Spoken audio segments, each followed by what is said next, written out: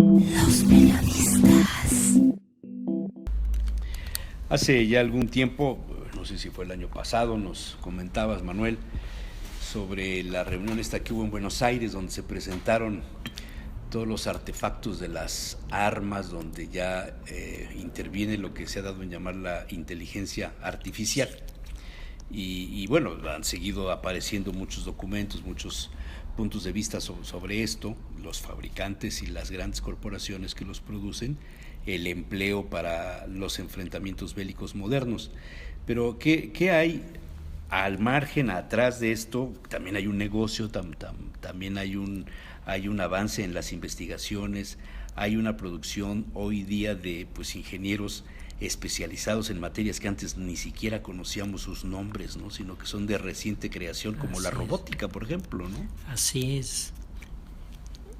El punto de partida de este fenómeno se localiza en un artículo escrito por un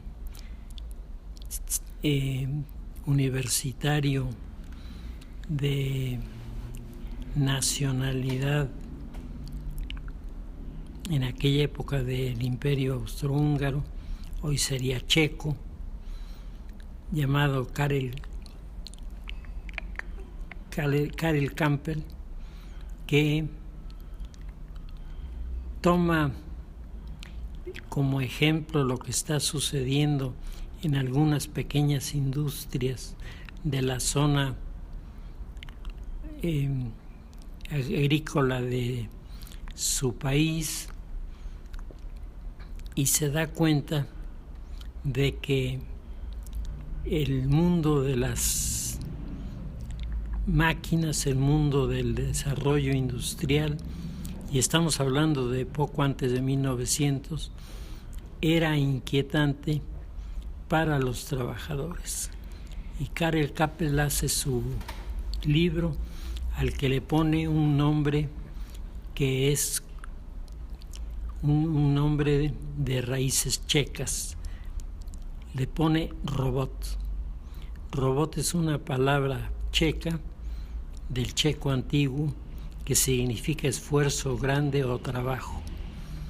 Entonces, él comienza a desarrollar una obra de teatro en donde se presentaba a los dueños de las empresas confrontados ahora con los trabajadores, no por el sueldo, no por las exigencias del proceso productivo, sino confrontados porque la idea de los dueños de las empresas es que ya no va a haber trabajo para ninguna persona, porque todo lo que trabajo signifique en el área industrial será manejado por máquinas, y serán las máquinas las que hagan todos y cada uno de los trabajos del hombre, y esto quede bajo la visión de una ciencia siempre evolutiva, con resultados que teóricamente siempre son en beneficio de la producción para favorecer a toda la sociedad. Entonces, el tema era un tema que algunos menospreciaron en el momento por la guerra, por la Primera Guerra Mundial, que otros se encontraron con que los discursos sobre el particular no eran ni entendidos ni aceptados por los trabajadores, y pareció como si el asunto se olvidara, hasta que a finales de los años 20 un director de cine, Fritz Lang, decide elaborar una película que toma del texto de la obra de teatro de Karel Capek, toma el contenido y nos presenta la sociedad del mundo del futuro, Robotizado. totalmente robotizada, en donde hay dos ciudades, una ciudad externa en donde hay casas hermosas, jardines muy bien cuidados, fuentes, el sol brilla en su esplendor, y debajo de esta ciudad, una ciudad que no conoce más que la luz generada por los equipos que funcionan debajo de la tierra, es decir, la iluminación artificial, y que viven solo para trabajar. A determinada hora suena una alarma y en ese momento todos los trabajadores abandonan lo que estaban haciendo, se dirigen a una puerta que se abre y van entrando ellos y saliendo otros para el turno que sigue. El autor de la película Metrópolis, Fritz Lang, nunca nos dijo que producían. Nada más entraban y salían. Pero lo que tú veías, lo que te impactaba era cómo vestía la gente que estaba en el mundo exterior y cómo vestía la gente que se encontraba en esta situación, digamos, de esclavitud para el trabajo. Y el proyecto más importante del hombre que ha ideado este sistema en la película es la creación de un robot que, al igual que un ser humano, pueda moverse, desplazarse, pueda ayudar a hacer muchas cosas, pero él introduce el tema que preocupa al científico: ¿podré hacerle un cerebro que lo haga pensar por sí mismo? Y de ahí se desarrollan una serie de teorías y de literatura y de cinematografía ligadas a estos androides, a esta mezcla de Frankenstein. Podría ser uno de ellos. Así es. De hecho, Frankenstein o Chaplin, la crítica al hombre que entra en la máquina y lo exprimen y lo explotan, ¿no? Así es. El tema de el robot que se va generando a lo largo de los 50 primeros años del siglo XX es, digamos, el tema de la robótica amable. Todas las cosas que se están inventando ayudan a las personas. La licuadora, la aspiradora. Exactamente, te permiten hacer muchas cosas que antes más llevaban fácil, la olla express. Mucho tiempo, ahora las puedes hacer mucho más rápido, con tan buenos resultados como antes. Y todo esto va generando una simpatía por la robótica. Claro. Pero los países más evolucionados en este tema avanzan de manera alucinante, y no son las universidades de Europa las que plantean el problema, son las universidades del mundo asiático, las universidades japonesas, las universidades coreanas y las universidades chinas las que van a tener la problemática de la robótica vista desde una perspectiva poco amable, en donde el robot ciertamente va asumiendo una serie de papeles que le van dando cada vez más presencia y se va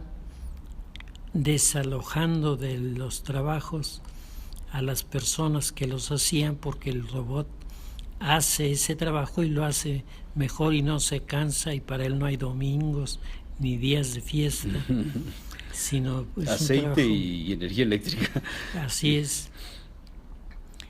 Esta situación de la robótica que va evolucionando aparece en la cinematografía, como tú decías, en donde te presentan robots de diferente tipo, que cada uno de ellos tiene especialidades para ayudar a la gente, y que la robótica en última instancia es un aliado de la clase trabajadora.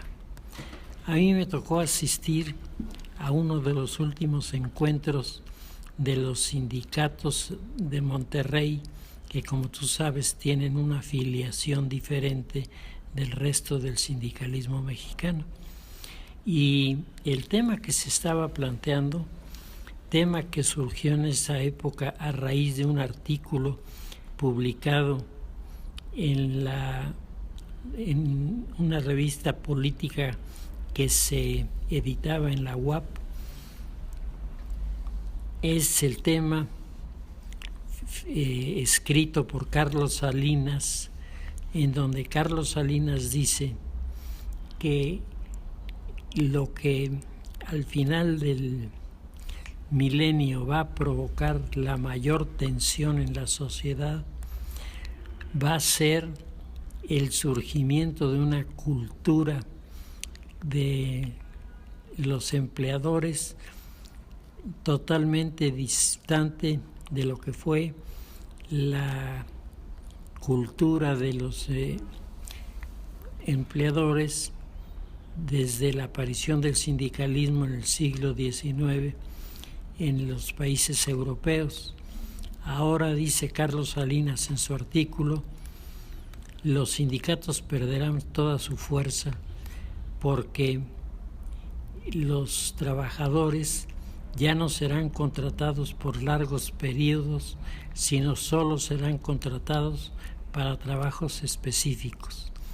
Sus cartas de contrato durarán entre 15 días, un mes o 2 meses, y tendrán que ser renovados para que el trabajador se dé cuenta de que el empleador, a diferencia del pasado, no le va a retirar una parte de su salario para formar el fondo de su retiro, sino si quiere tener retiro, él tiene que ahorrar y ahorrarlo además totalmente por su cuenta, con sus propios criterios y nada más. ¿Cuándo lo hizo eso?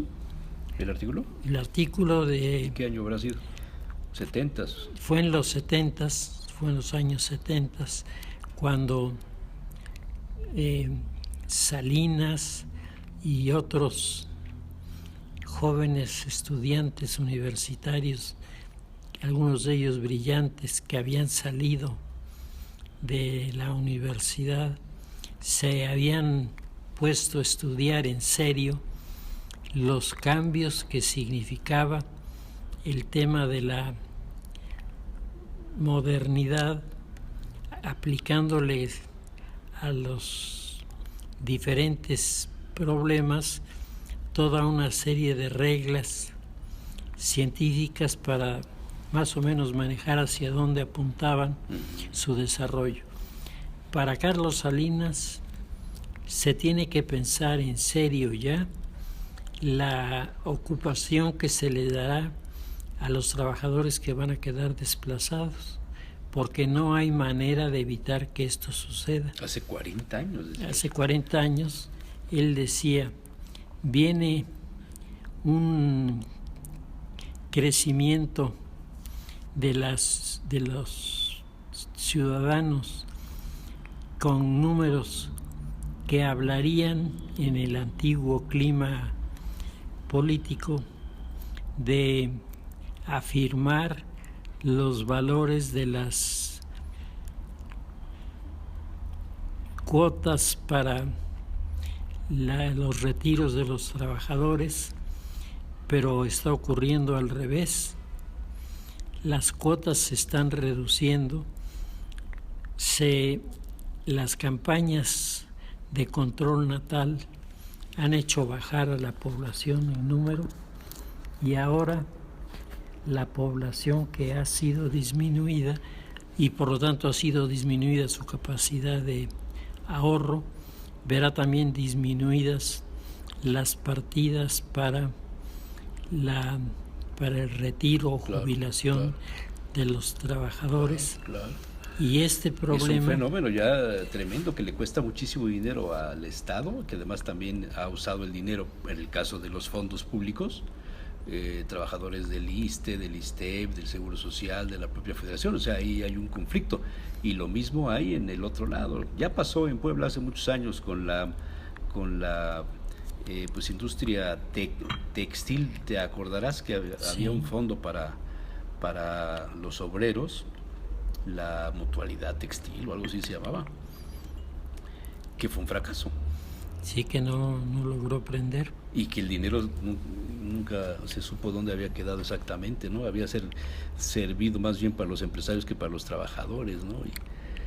O sea, es un problema serio que se deriva de la concepción de que el hombre es desplazado por una máquina.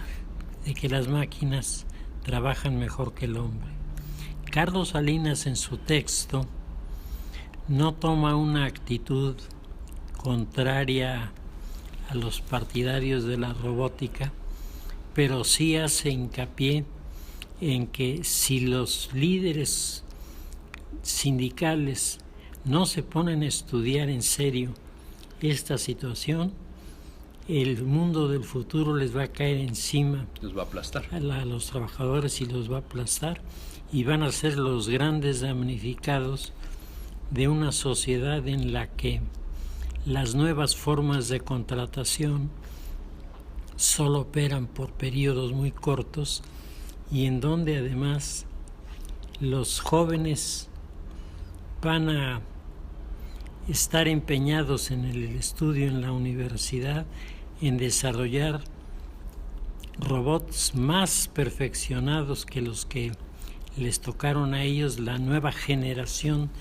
de robótica, y de esa manera pues ir creando las condiciones que antes uno podía imaginar en películas como Cuando el destino nos alcance. Sí. Bueno, tienes el caso ahora de la cantidad de sucursales de bancos que están cerrando en el mundo, de personal que es despedido de los grandes bancos, porque ya no son necesarios, porque ahora la autogestión en el cajero, los pagos que se hacen por las transferencias, ya casi nadie emite cheques, o sea, es cada vez menor. El cambio de las divisas ya también se hace de forma pues automatizada. El uso de las tarjetas de crédito hace a un lado el que tengas que sacar dinero, traer dinero en efectivo, ¿no? O sea, son una serie de cosas que van pasando y que también antes tú necesitabas a lo mejor a 3 secretarias y ahora necesitas un teléfono inteligente o una computadora que te resuelve y te lleva tus estados de cuenta y tus los archivos de cartas y todas las cosas que no te imaginabas. Hace años, ¿cuánto tiempo necesitabas, Manuel, para seleccionar, para marcar notas periodísticas y luego alguien las cortaba y las metía en un folder o las pegaba o las clasificaba? Hoy día, ante el escaneo y la digitalización de esos documentos o sacarlos directamente de los portales en donde han sido publicados, tienes el archivo ordenado en el instante que sacas el documento, ¿no? Y el documento que necesitas aplicas le pides un dato y te lo saca, ¿no? Para eso antes necesitabas a 3 o 4 personas que se metieran a los archivos a buscar, a ver en qué año dicen que fue, y a ir buscando de nota en nota, ¿no? O sea, hemos avanzado mucho. Hemos avanzado. A mí del artículo de Carlos Salinas me llamó mucho la atención, primero, que él estaba tratando de prevenir a los sectores de trabajadores de que esto iba a ocurrir. Pasar. No tanto como una amenaza, sino no como una amenaza, prevención. Sino como una observación, y la poca influencia que este mensaje tuvo en los sindicatos, porque nadie creyó que las cosas de las que Carlos estaba hablando en su artículo pudieran llegar realmente a suceder.